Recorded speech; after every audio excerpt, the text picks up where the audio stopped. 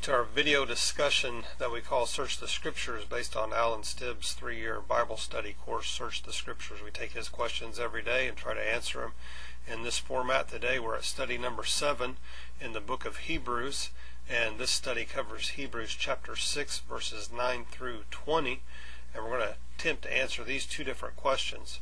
First of all, from Hebrews chapter 6 verses 9 through 12, what gives the writer of Hebrews, we don't know who that was, confidence concerning his readers' final salvation, and in what ways does he desire to see improvement in their Christian living? And examine yourself to see in which of these characteristics you may be strong or weak.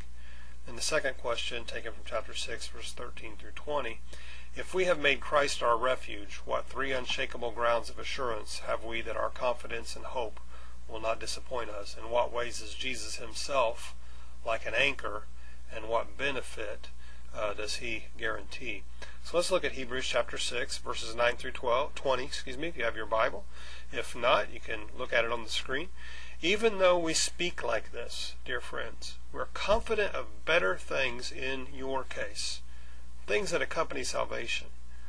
God is not unjust. He'll not forget your work and the love you have shown him as you've helped his people and continue to help them. We want each of you to show this same diligence to the very end in order to make your hope secure.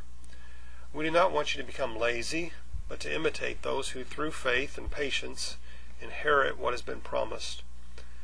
When God made his promise to Abraham, since there was no one greater for him to swear by, he swore by himself, saying, I will surely bless you, and I will give you many descendants. And so after waiting patiently, Abraham received what was promised. Men swear by someone greater than themselves, and the oath confirms what is said and puts an end to all argument, because God wanted to make the unchanging nature of his purpose very clear to the heirs of what was promised.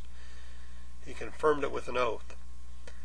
God did this so that by 2 unchangeable things in which it is impossible for God to lie, we who have fled to take hold of the hope offered to us may be greatly encouraged. We have this hope as an anchor for the soul, firm and secure.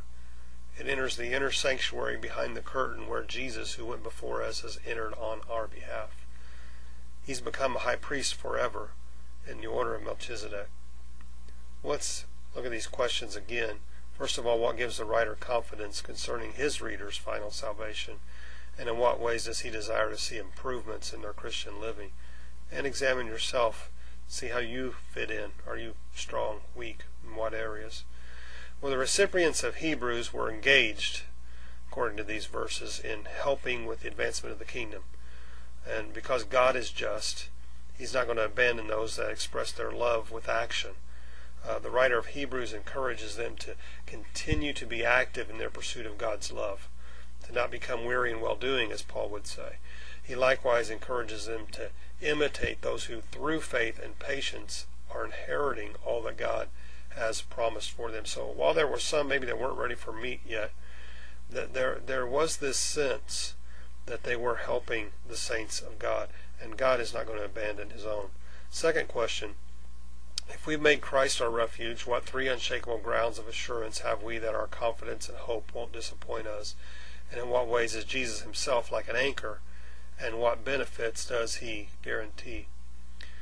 Well, when we make Christ our refuge, we have the unshakable promise that he never changes his mind. He never lies. And he keeps his word no matter what.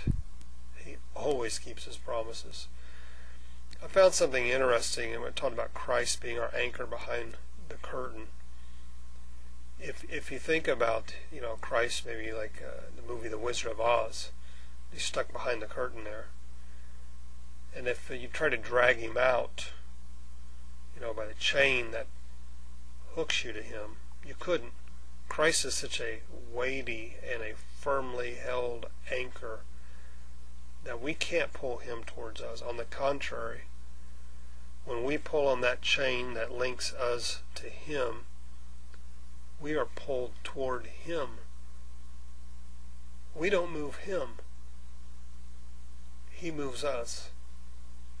We don't bring him to where we want him to be so that we can pull him into our boat.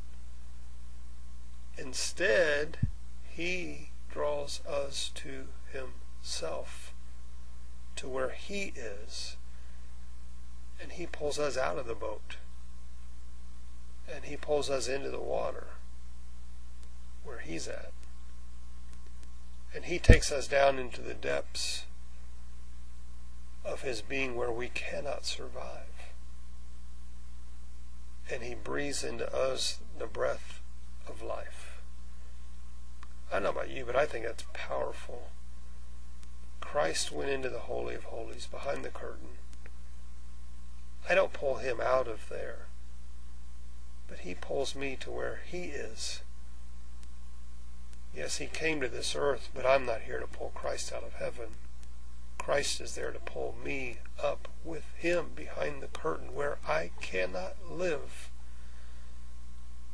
unless he breathes life into me. I hope he's breathed life into you. I hope he's your anchor today. I hope you've enjoyed this study. I hope you have a great rest of your day. God bless.